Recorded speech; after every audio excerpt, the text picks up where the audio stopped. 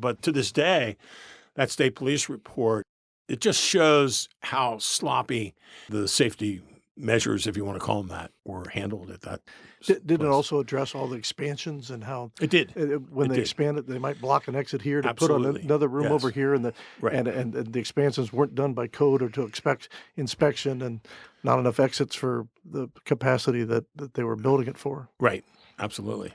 And of course, the other thing that I wanted to mention was that everyone thought that after that, because the governor had predicted indictments, everybody said that the code violations, building code, fire code, were rampant. No posting of the occupancy load. I think the report says it was easy to ignore the occupancy limits because they didn't post them. Nobody knew what they were. And everybody who looked at it after the fact at the state level, okay, said, well, obviously there have been violations of law.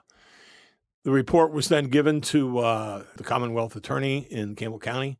He convened a special grand jury, which then took another 6 to 8 months to look at criminal charges, okay?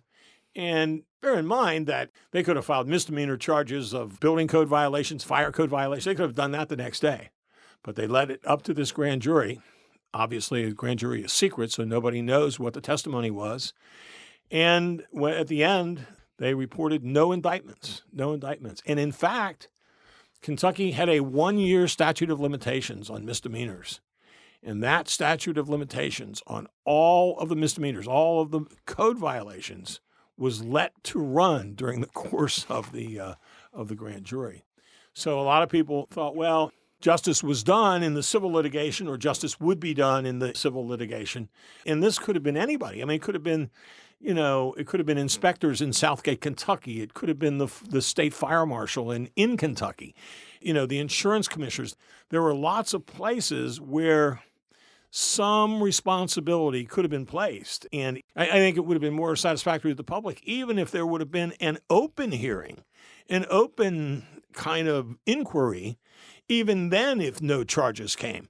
But the fact that it was done using the grand jury system meant that, nobody was ever held accountable for that, including the Schillings, And I read in one of the previous anniversary reports, I think the youngest member of the Schillings said, we had to live with this the rest of our lives and we didn't do anything wrong.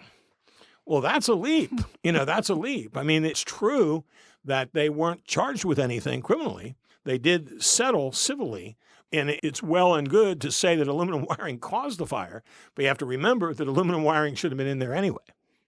In complete understatement, a story I found in the New York Times after the Campbell County grand jury returned no indictments had the headline, "Report in Club Fire, a surprise to many."